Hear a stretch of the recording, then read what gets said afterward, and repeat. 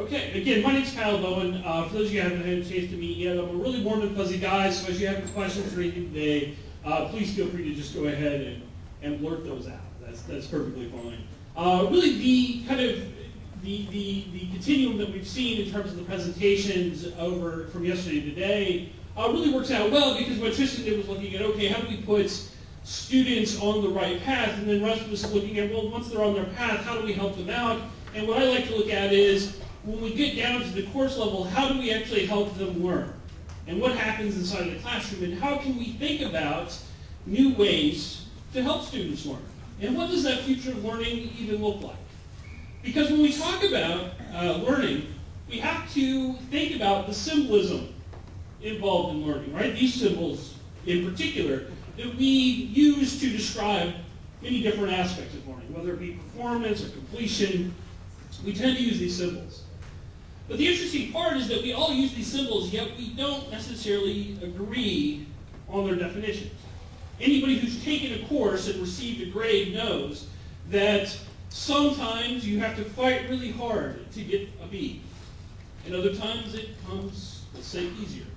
Right? So that's where we have to look at, well, what do these symbols mean? How do we define learning in all of its forms? Because these types of symbols create similar challenges in other areas. So, for example, we have symbols like this one that you see in most restrooms on a hand dryer. And most believe that this symbol means that if you push the button, it will dispense hot air, whereas others think that if you push the button, it dispenses bacon.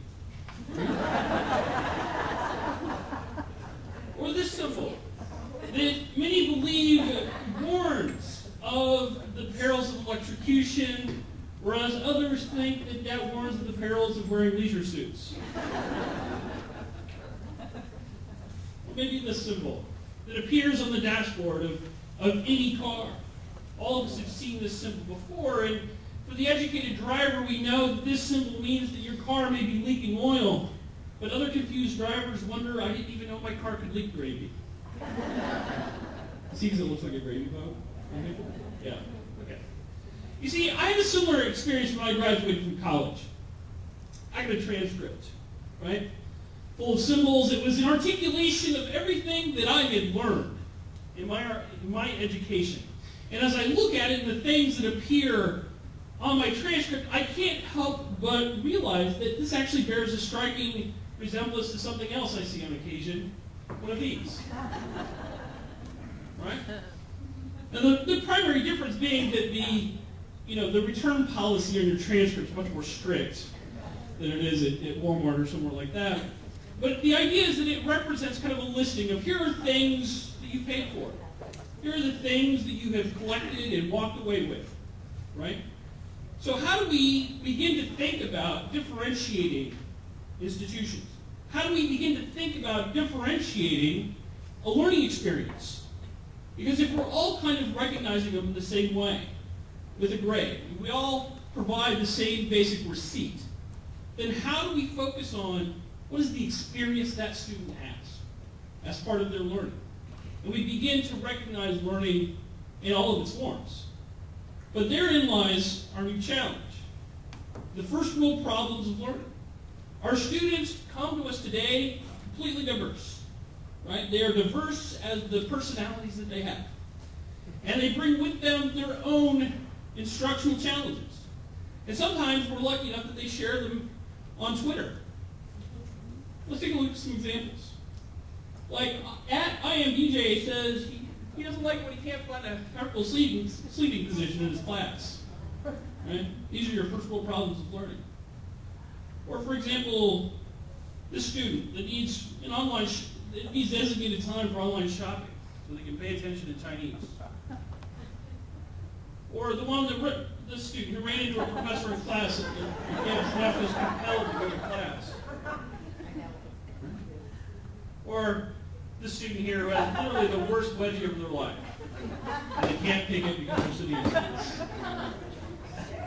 Now, if this is a college student, I have to say that their wedgie requirements in high school were just not rigorous enough. That deep in your life, and that's the worst one. But see, this is our opportunity. And we have students who are kind of engaged in this experience, but yet they think about it in different ways. And they're not reacting to the kind of way that we've always done it, right? Because after all, they can't find a comfortable sleeping position. So this is our opportunity to reinvent, right? And I use the term reinvent because the idea isn't to destroy everything and start over again. The idea is to take those things we've learned, those things that we know, and improve. To take incremental steps towards making changes. And there are a lot of things that are happening now that give us that opportunity. So let me talk through a couple of these. One is this idea of reinventing credentials, right? The key discussion here is really around digital badges or around open badges. This idea that we can credential students in more ways than just degrees or in more ways than just grades. That we can begin to provide context to these learning experiences. Now, if you're not familiar with how digital badges work, in this particular case, this is what's called open badges, and this is a format that was championed by the Mozilla Foundation. Really, it's an interesting technology because what it does is it suggests that it's not just the badge that you're seeking. It's really everything that supports it. So in this case, it's not just the graphic. That's just the part. That's just the symbol, right? Everything else describes what it was that you did to earn it. And therein lies the value of it, is that it captures the nuance of your learning experience. So for those students who took chemistry, organic chemistry, from a Nobel Prize winner, right, their transcript doesn't recognize that experience any differently than any other course they may have taken. But in this context, you can begin to recognize the fact that you had that opportunity, and that is formative of your learning experience. That was differentiating for you. Now, from a technology perspective, how badges work is that there's an issuer and then there's a displayer. So what this is that an issuer says that, okay, you have earned this badge, I'm giving it to you, and the displayer says you take that badge and then you share it with others.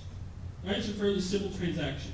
Like I said, Mozilla's Open Badges platform has been one of the prominent players in the space, but what we're beginning to see now are more and more displayers of this. So as we provide these credentials, that we have ways of sharing them, of stacking them. Because one of the real advantages of the badge is that the symbol itself is just the tip, right?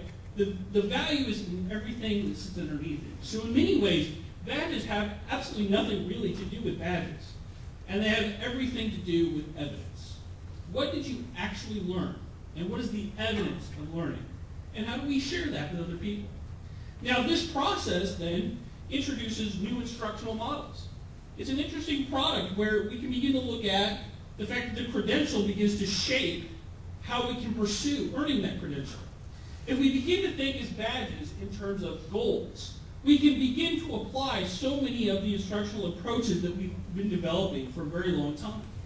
We can begin to look at different archetypes of badges. In this case, we can look at participation badges versus skill badges. Badges used to recognize achievement versus badges used to recognize mastery. Right? They can be used in different places. You know, so often we look at participatory badges as the key one, right? This is what you get from gaming, right? You kill 1,000 zombies on your Xbox, you get the zombie killing badge. That's a participatory badge, right? As opposed to one that teaches you to effectively kill zombies, which sadly we can't get the kids to do that one. So the question then becomes, how do we also use this to rethink how the student follows that path through a course? So courses today operate on a clock, right? A 15-week clock, some places different more or less. So a student is racing against time. They'll learn a certain amount of material in a certain amount of time. But yet we already realize that students are going to be different in terms of what they bring to that.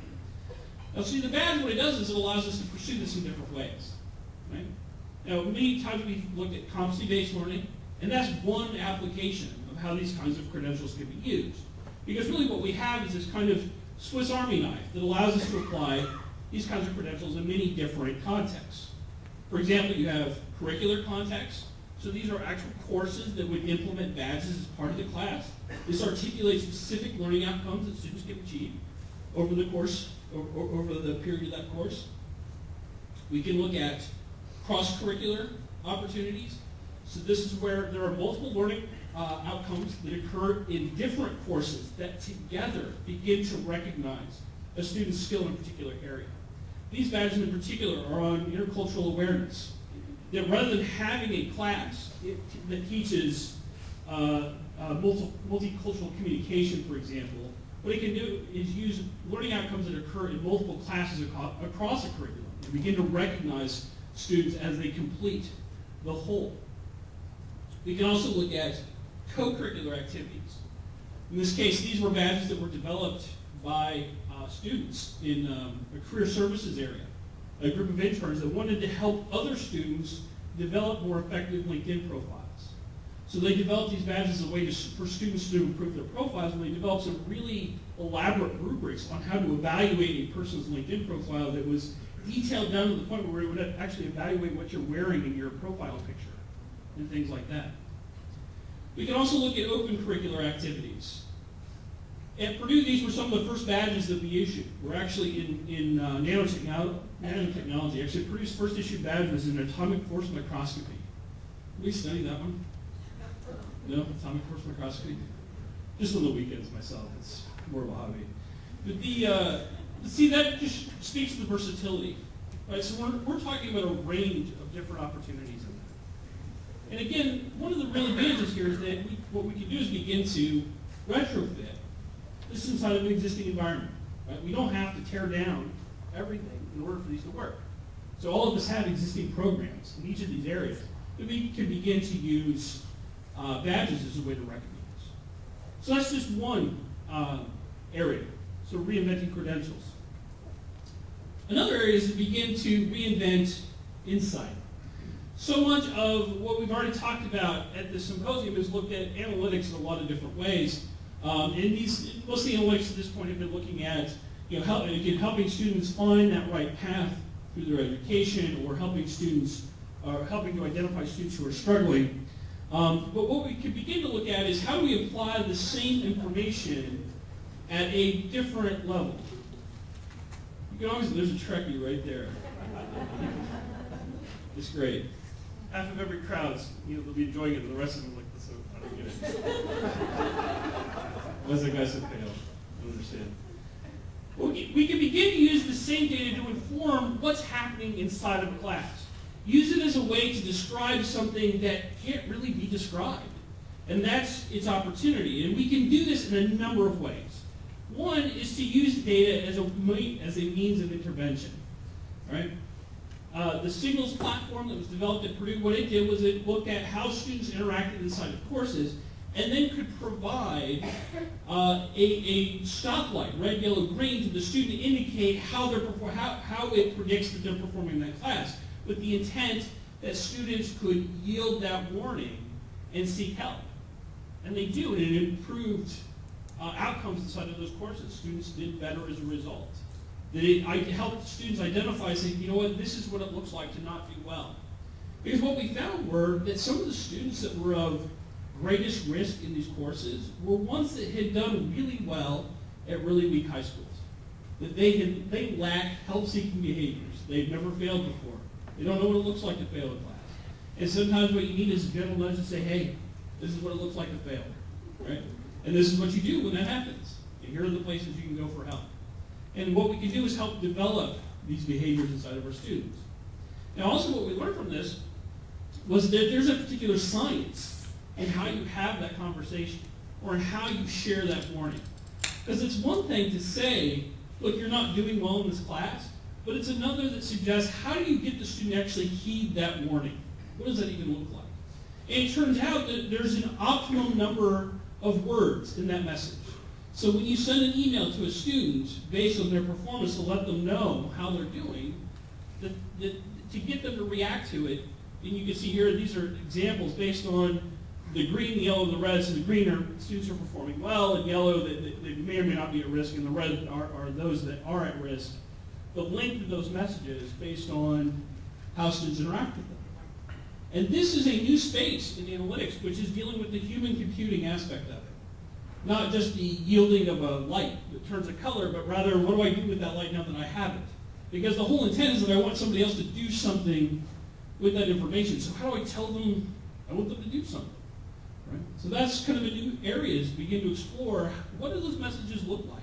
How do we deliver an effective message to a student that helps them find what their help options are?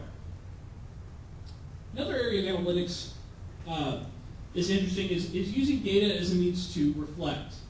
Right? So part of it is with signals, what it did was provide early warning, said, okay, red, yellow, green, this is how you're doing inside of this class.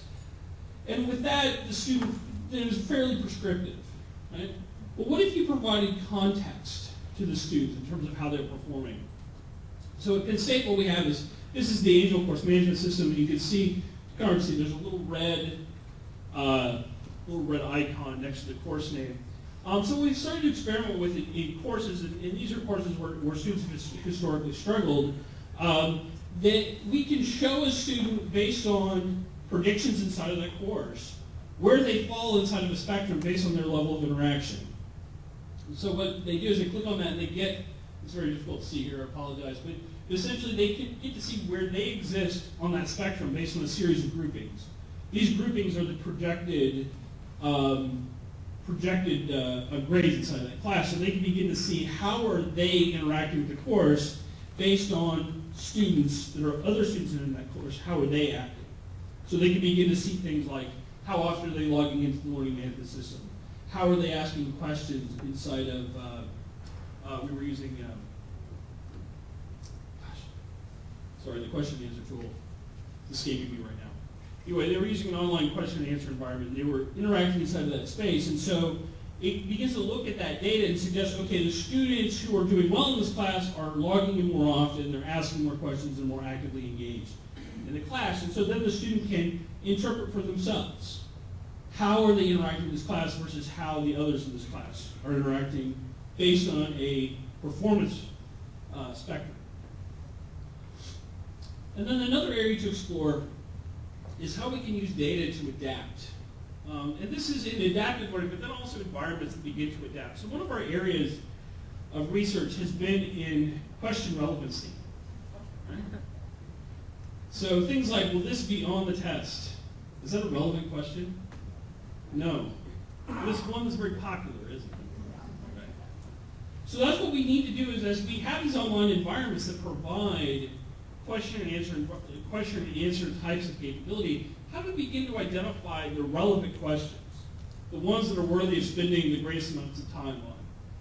What we found, interestingly enough, was that when you have environments where you can vote on questions, or if you can identify things like, will this be on the test, is that it's very popular, but it has no bearing whatsoever on its relevancy.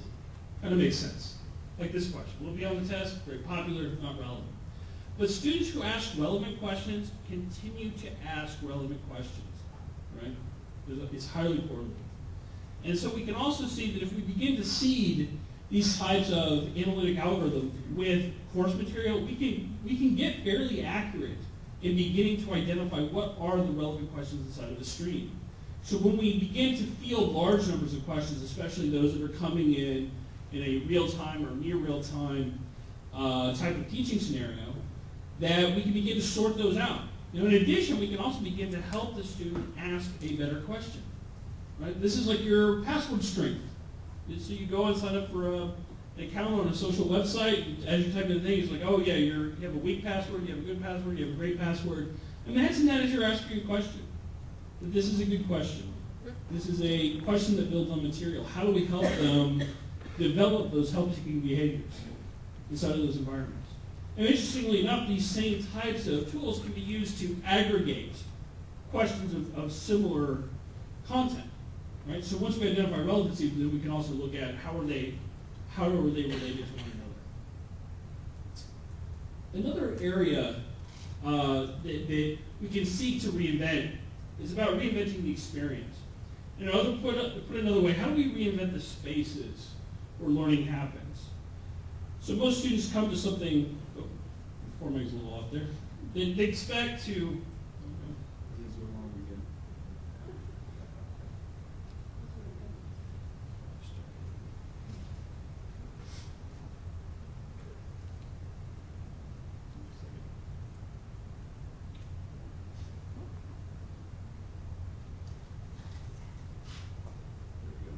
They come into their classes kind of expecting to be engaged and kind of blown away by this material, but sadly, it often ends differently, right?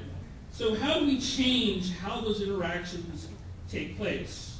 I've worked with some faculty who have postulated this idea, which is called the cone of distraction. It's suggested in a classroom scenario, if you have a student sitting towards the front with their laptop open, it will create this cone-shaped area of distracted students behind them. And we can also calculate the size of this cone where radius 1 is the screen diagonal of the laptop, and radius 2 is what we call the probability of PowerPoint, meaning that the more boring your slides are, the wider that cone will tend to get. And so we've all kind of experienced, or if not created, this kind of cone before, or maybe you're doing it right now. There we go, laptop's open, not pointing fingers. But we know what this is about, right? That we have this experience that's going on, and we can kind of see it happening in a lot of different ways. And now it's exacerbated because of the addition of new technology, right? So they're bringing, it's not just the laptop, but it's everything else that they bring with them. They can bring multiple internet-connected devices. But again, these aren't just the students who are in the classroom, these are also the students who are online, right? They're engaging through all manner of device as well. So how do we take advantage of this and overcome some of what it's created, right? We've all witnessed this before. Students walking into the street, walking into a signpost or something like that. It's hysterical the first few times, and then after that you're just kind of sad for humanity. But what we can do is put tools in place to take advantage of this phenomenon. It doesn't have to be a negative experience. We can do things with question and answer environments. We can do things with back channel technologies in particular. Now, if you're not familiar with this concept, essentially how it works is that you phrase a topic or question to which students provide kind of simple response. Once they submit them, they get aggregated into a set of potential responses that students can interact with, so everyone shares in that same basic experience. Right? Twitter is probably the greatest example of this, but it's also the one that most people fear the most, because it's a relatively uncontrolled environment. Right? It's anybody can say anything they want to. Right? There's a great the television show The Office, Michael Scott had this great quote. It was about Wikipedia. He said anybody can write anything they want to, so you know it's the best possible information. The same is certainly possibly true with the classroom back channel. But what we found is that the back channel actually becomes a source of accuracy. It becomes the source of truth, because what happens is as things happen that aren't accurate, it's getting fact-checked in real time. So if there is a mistake in the material, as rare as that occurrence may be, right, that a student can identify and call it out. And they can also call out inaccuracies in each other's. What we find is that this gives voice to people who didn't feel like they had it before, right? Simply put. So for that student that was afraid to ask their question, they had an environment to ask their question in such a way that they didn't have to feel like they were taking up everyone's time. They didn't have to worry about asking the stupid question in front of everyone, or they had a stupid question they wanted to ask anyways. So let's take a look at what that looks like. So here's an actual conversation and these are just a quick excerpt from a much larger discussion. So this was a back channel discussion that happened in a course about personal finance. And it was a discussion on interest rates. And it was looking at, in particular, investment bonds. And so the first question comes in, the student's asking what would be considered a good interest rate for bonds. So a good question begins to build on the material. Are bonds a piece of paper so often sold in the movies, 10 sheets equals $3 million, and Jodie Foster's hiding in a panic room? Right? Of course, calling back to the movie Panic Room with Jodie Foster, very good movie. So what the students are doing here, they're having a little bit of fun with it, but at the same time they're relating what they're hearing with a past experience. Right? This bond thing you're talking about, is this like the bond thing I keep seeing in the movies? Or how does that work? I saw this one with Panic Room, and how does that relate? Are bail bonds a form of investment? Or are they only there to get a drunken buddy out of jail? Anybody who's seen Dog Bounty Hunter knows that bail bonds must be some form of investment, right? So there's a serious question in there somewhere. But here too, maybe they're drawing from a past experience of bailing a drunky buddy out of jail. And so, like, okay, this bond I had to pay for, is that the same thing as what you're talking about? And then there was the obligatory Craig is the most badass bond, which speaks to Daniel Craig, most recent James Bond.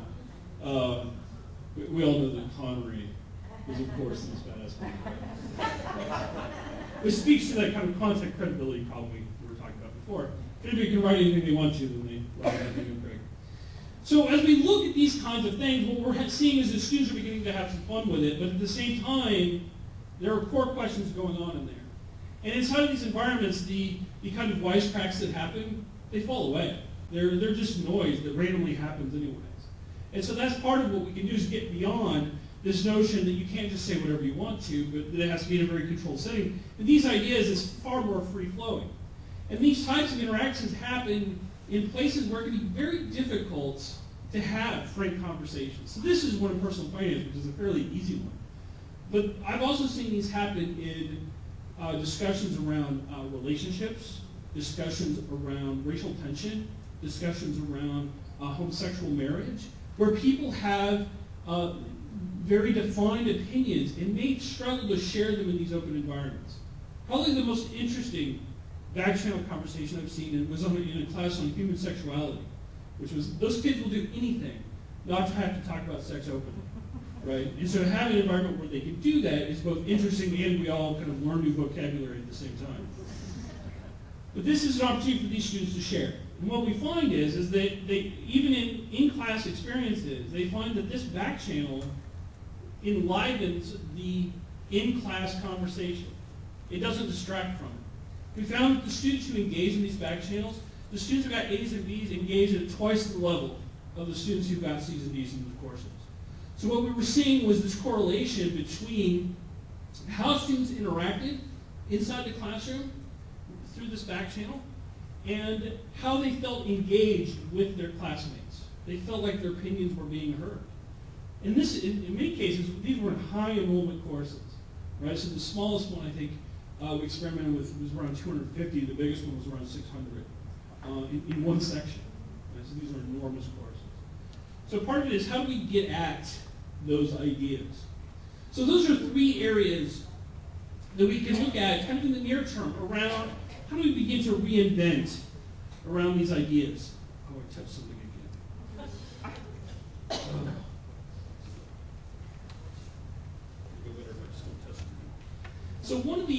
So just if we begin to look forward, what is that? What are the things that are sitting on the horizon in the near term? How do we get students to engage in new ways? Because one of the things we have to look at is that learning has so many more forms than just what happens inside of a class. Students today begin to pursue their own ideas, whether it be through research, whether it be through entrepreneurship, whether it be through engaged scholarship or through activism. These are what today's students are doing as part of a learning process. And so part of it is, how do we encourage our students to do that? And what are the tools that we provide them to help them do it? Right? How do we help them compete inside these spaces? And that's kind of where this new generation of ideas is beginning to grow. One of them is around 3D printing. Right? So 3D printing's been around for a while. But it's just now gotten to the point where it can begin to scale. Right? That the tools have the kind of administrative features we need them to have to do it in any kind of student use. That they're more than just kind of an oddity or more than a curiosity, but they're something that can actually create. And the latest tools, the latest editions of even MakerBot's products begin to introduce things like active webcams inside of the printer so you can watch it being printed remotely, or even the web submissions. So these are internet-connected devices now, which means that 3D printing becomes an asset for online programs as well. So a student doesn't even have to be sitting at the printer anymore in an effort to use it. But then when you begin to think about how do you take, once students have these printers themselves in their homes, they can begin to recreate things as they need to. And we're already beginning to see this where you can have an artifact in another country three-dimensionally scanned and then distributed to students so they can print themselves, so that they can go hands-on with something they couldn't otherwise have touched. Right? We see this in anthropology. People who study cranium shapes, and yet the oldest living mammals have, they're locked inside of vaults and you can't possibly go and touch them. But now through a 3D scan and a 3D print, you can have your very own Cro-Magnon Chromium sitting on your desk. Right? So that's kind of the opportunity that we're looking at. But again, because these are connected technologies now and they're beginning to find scale, this is the next thing we're looking at. What it also does is because this is a digital technology, right? It starts with that digital model. There's data behind this now. So now what we're looking at is what is the data of creation? So what kind of information can we draw from how students create? Things that we've never seen before. We've never been able to look at that in any empirical way. It's a very interesting kind of growth space. Another one is in esports. This is anybody into esports at all? Hey, there we go, we got one. This is an incredible space, and it's growing very quickly. So the idea that most people have about esports is that these dorks that sit in their mom's basement and play games all day long, but it's not that anymore. Not by a long shot. So these environments have grown out of any number of games that are played largely online, but they're played competitively. We saw here a month ago where an institution in Pennsylvania is now offering athletic scholarships for students who play esports. Right? So this is a major growth space. And it's played out just like any other athletic event plays.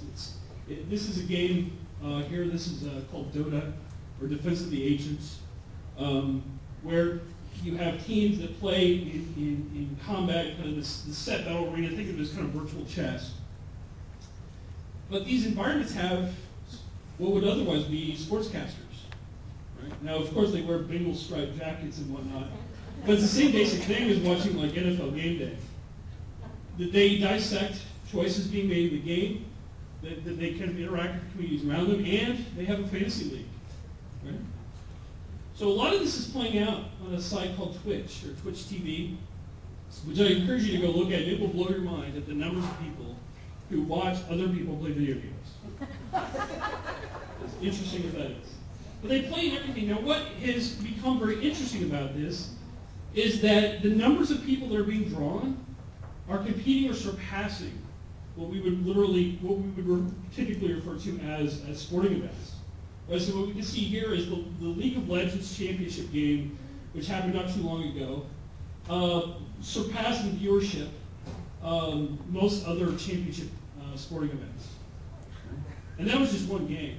So last week, if you're a Dota player, they had their international Dota championship, had multiple millions of dollars in prizes. Right? So what we're seeing here, though, is something very interesting. If we look at actually the technology that's enabling this, it's fascinating because these are technologies that were never intended to do this. So what we're seeing now is that these are video games being broadcast live. And these are people who are playing them in their homes because multiple people being broadcast right out of your house. And yet, we look at some of the struggles that we have in collaborative environments, sharing a screen, and yet they're doing it with a PlayStation that was never meant to do that. So the technologies that are beginning to develop here will change how we begin to do these types of online experiences.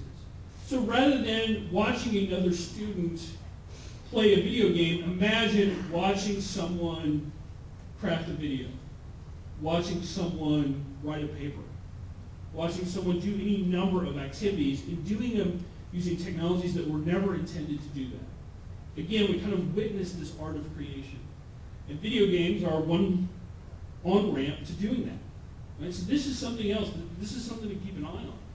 I would encourage you to go to Twitch TV and look for students that are at your institutions now that are already doing this. I was surprised to see that there were so many already at Penn State that already had their own channels. They were already broadcasting games that they were playing in the dorms, broadcasting games they were playing in their apartments. They had already built their own communities. And I was also surprised to learn that we are evidently members of the esports Ivy League. I don't know what that means, but evidently we're members of it. So these things are growing the same way that we would historically see club sports. At the same time, the enabling technologies under them have a teaching and learning application. It's very interesting to see it expand over time.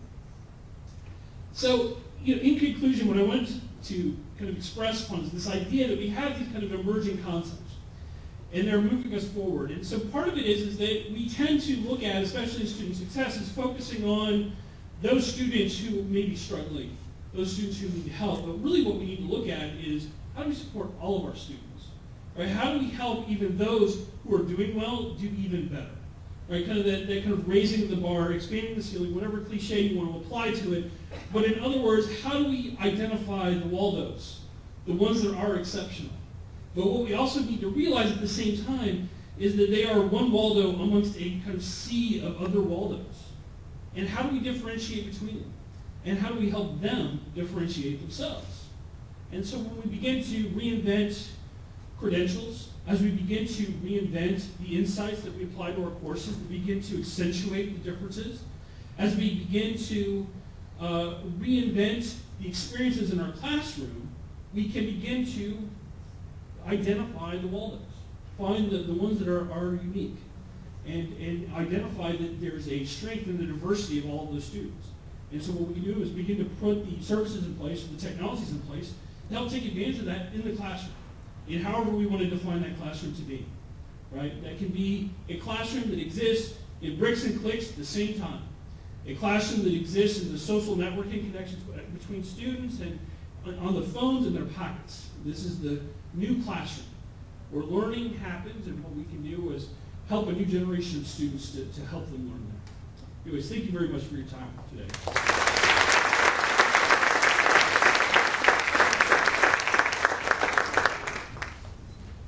So we have time for a few questions for Kyle. If you have them, I'll make two quick observations. One is, I want to go shopping with you. The Walmart receipt had cat litter, bananas, and a Top Gun DVD. That's a fun Saturday night at the Kavanaugh House. And then the second thing is, elsewhere I've heard you say that, I think it was big data is basically math with good PR. That's right. Which I think is kind of a great way to summarize the fact that we have all this data at our institutions already. And it's just a matter of getting at it and having it provide actionable reports and giving us the ability to do something. And I think we touched on that here. So with that, I'll open up the floor to anybody who has any questions for Kyle.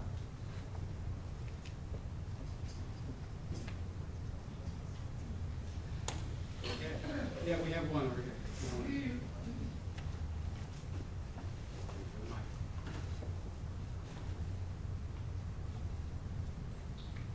Very curious about the e-gamers. How large is the community? I mean, do you have any numbers of students that are participating, even at Penn State?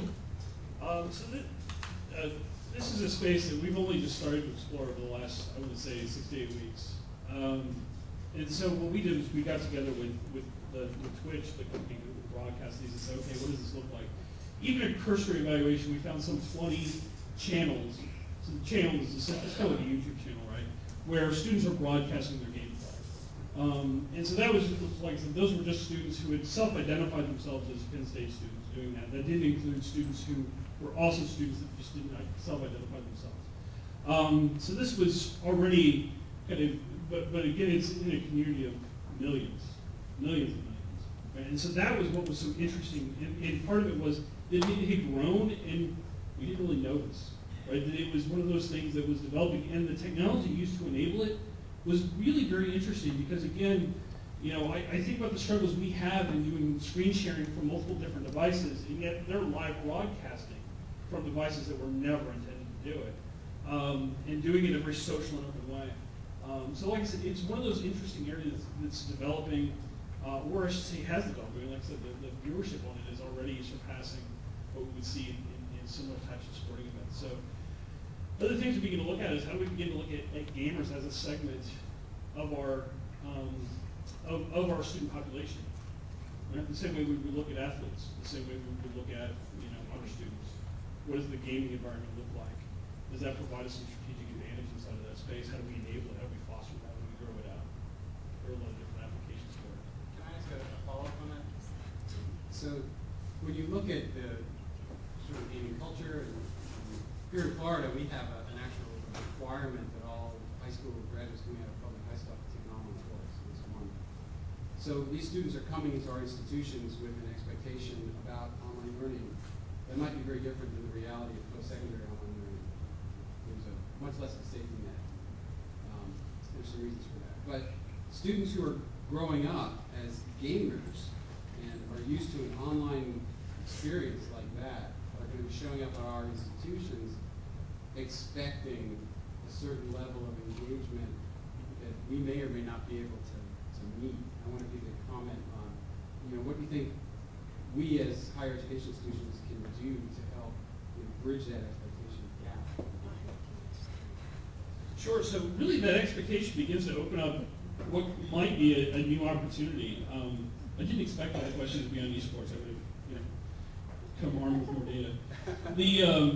So the interesting part of it is that as we look at wanting to have online programs that seek the same level of engagement for our students as the residential programs have, this type of environment is interesting mainly because it's an environment that is online.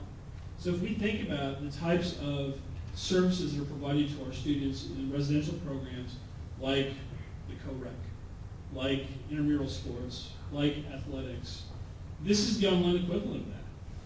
And it's just something that's had kind of a strange background to this point, but at the same time, it's a very large way to engage a group of people and do it completely online. So yeah, I think that's part of it. The other part of it is that inside of gaming lies new opportunities to begin to reinforce learning at scale.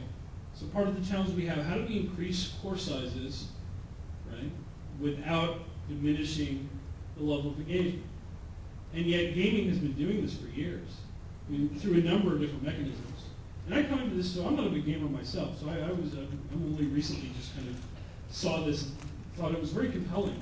Because there are ideas in here about how the same way you might get a pickup basketball game, you can get pickup matches and whatnot online, and beginning to apply those same algorithms, those same ideas to how you form teams online for people who are it's based on your proficiencies in certain areas and based on your level of skill in a particular game and how far you've leveled yourself inside of that space, and it can help match you up. Well, imagine matching you up inside of a learning space and understanding this about your students based on how do we create not the most similar group, but how do we create the most diverse, or the most complementary.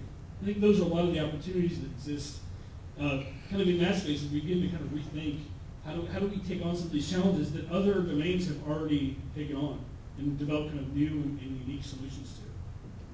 There's a question over there? I heard you mention with back channeling that students with A's and B's are twice as likely to participate in the back channeling. Is that correct? That's right, yeah. Okay, and you made a correlation between A and B students and that 2 times as likely to back channel and the relationship being increased social integration.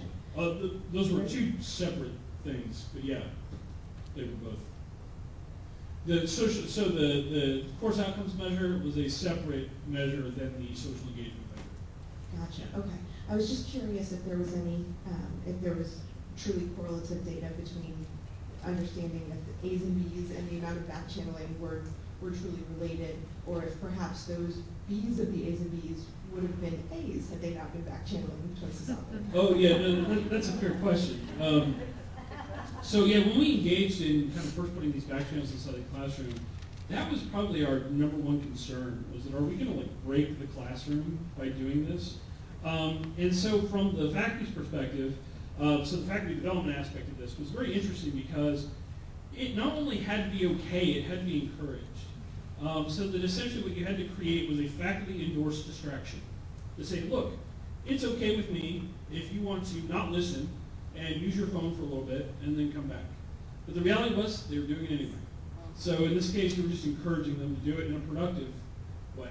Much the same way that you've all been doing it while I've been talking up here, right? I tweeted the back channel stat like you said. There you go. See, and Tom's doing it in a very productive way. Good for you, Tom. And so this is, so part of it is how do we encourage this, and also part of it is how do the faculty take advantage of that in terms of their course? How do they integrate that into the class? And that there's just a wide variety of ways, and we've seen some that are completely ineffective. So creating these back channels discussion in very small classes, student engagement is typically not a challenge in a small course. So, but yet what they do is they use similar technologies to surface up Money's points or to surface up counter ideas or any number of kind of group facilitation tactics. So that's where the actual application of technologies differ. So the intent wasn't necessarily to say that the students did better, but rather that the technology was indicative of students who had help-seeking behavior.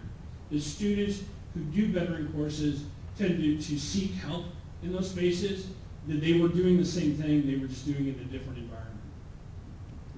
Yeah?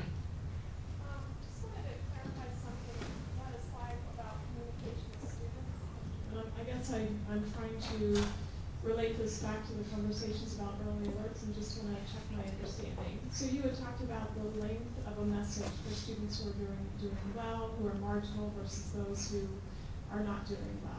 And am I interpreting that incorrectly, or is there an actual number or a number of words that is recommended for students in those categories?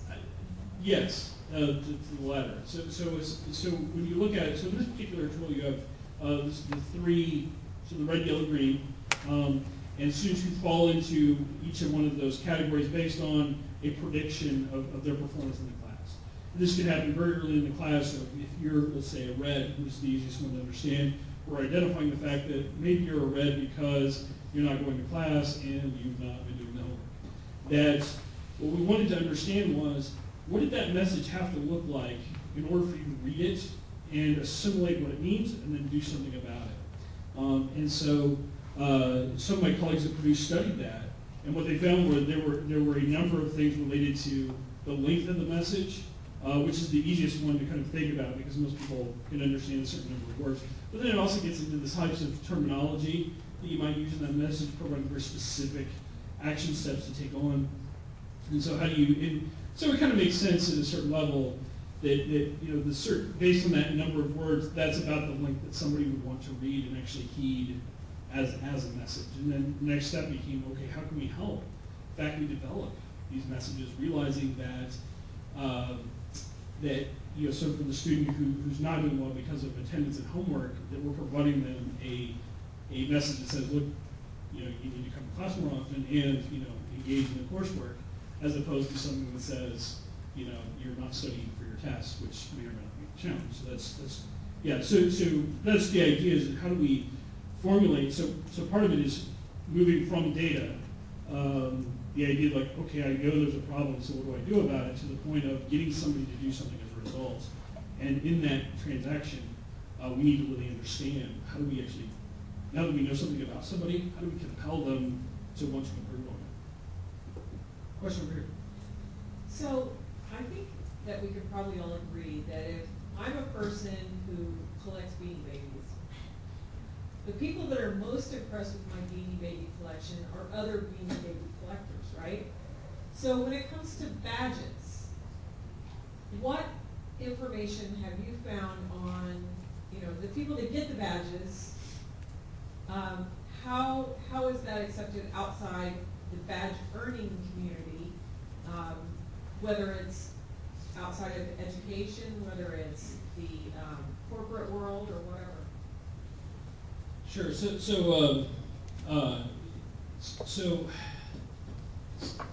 very nuanced explanation. So where we're at right now is a point in time where badges are seeking critical mass, right? So if we're looking at kind of your traditional hype cycle, we're seeking that peak because that's the point at which everyone will begin to recognize and understand what it is. And so the only way we can do that is begin to recognize the opportunity, begin to issue. And then through that, we'll begin to understand what are the issues around issuing the badges. Part of that is to see what are their applications. So right now, as it sits, the greatest value of those badges is in the evidence. So that it becomes more or less a sneak attack on the portfolio.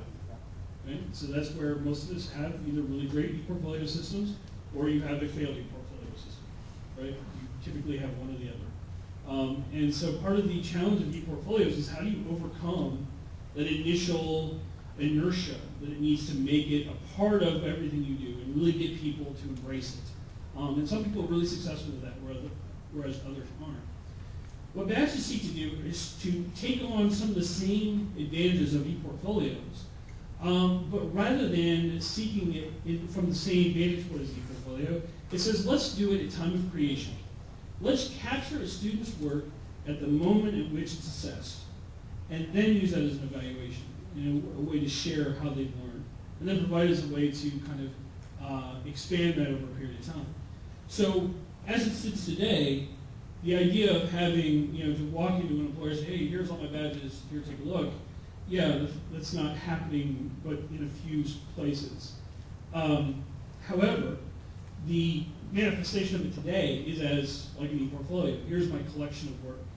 The evolution of this is to have essentially mineable portfolios, so that from an employer standpoint, it's not a matter of sifting through, it's a matter of identifying what were the specific sets of competencies I'm looking for in specific combinations, based on what we know or understand about certain learning experiences. The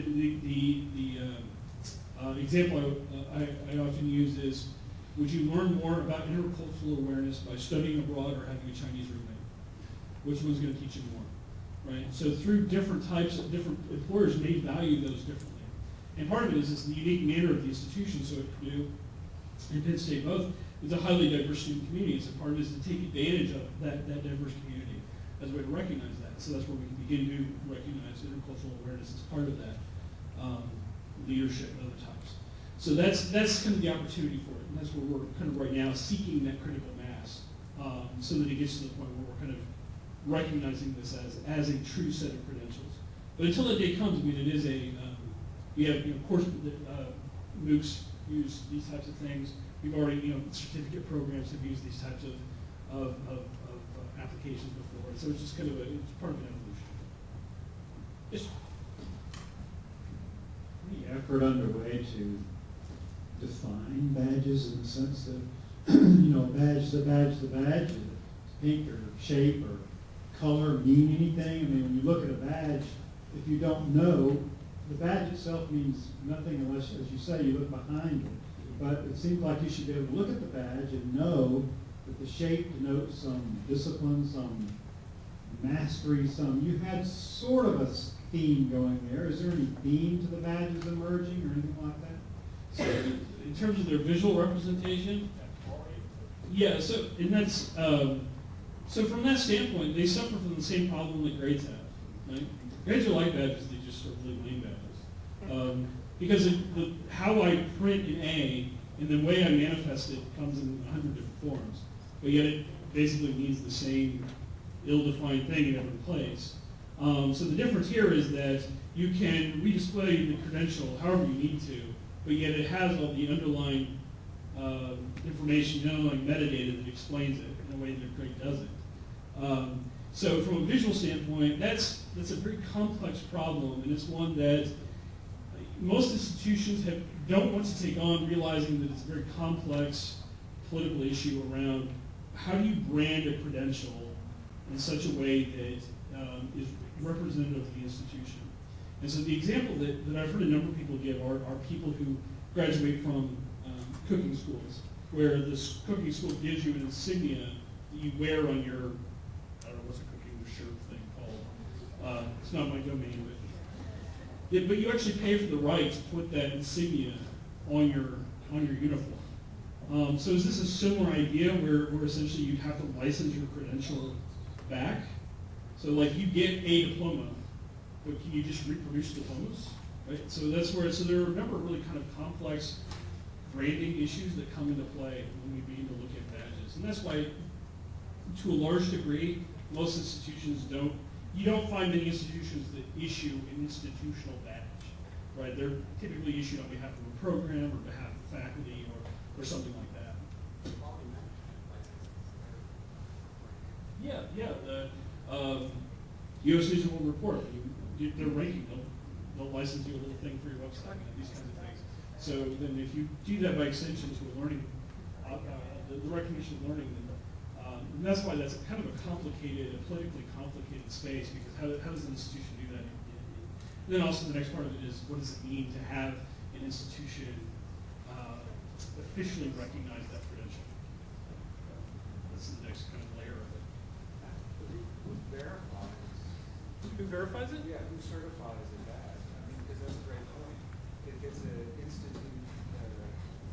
If it's an institution-sanctioned badge, is that the same as a successful completion of a course, where you get credit for. Well, do outside authorities have to recognize that as the same kind of achievement? Sure, and that's where that's where it gets complicated in terms of interoperability. But part of it is that we can look at similar types of scenarios around partial course completion or prior learning assessment, these kinds of things. So introducing those aspects as, and I've seen MOOCs that have done that where work done as part of a MOOC can be applied towards a 4-credit course, and the badge becomes the vehicle to deliver the evidence of that work. So there are mechanisms for doing some of those things. But part of that is the validation, which is the kind of technical validation of the badge is actually in the badge itself. So essentially what happens is that from a technical standpoint, when you click on the badge, it sends you back to the issuer. So that's the thing that prevents anyone from just issuing badges on behalf of institutions everywhere, is the fact that it has to create that linkage that can't be, that can't really be forfeited or forged. It has to be issued by the institution or the body or the platform. Yeah. Just so everybody knows, there's if you're kind of unfamiliar with badges, if you've heard of Khan Academy, KHAN Academy.org, they do the badge thing, and that's pretty cool. Kind of motivates students to do their work and stuff like that. Yeah, no, you're exactly right. So the motivational aspects of this are really exciting because there are, like I said, there are different archetypes of badges, and using them in combinations can change how students approach them. Like I said, some of the curricular badges that we experimented with, the value to the student wasn't necessarily the badge, it was that their outcomes had been articulated. Said, look, here are our expectations of you. And really, here are the competencies you're going to develop as part of this class, and it's all kind of laid out in a way for you to complete. So that was kind of the advantage point. So part of the value of badges, again, may not be in the badge itself, but rather in the fact that it kind of forces us to think about what are the products of learning.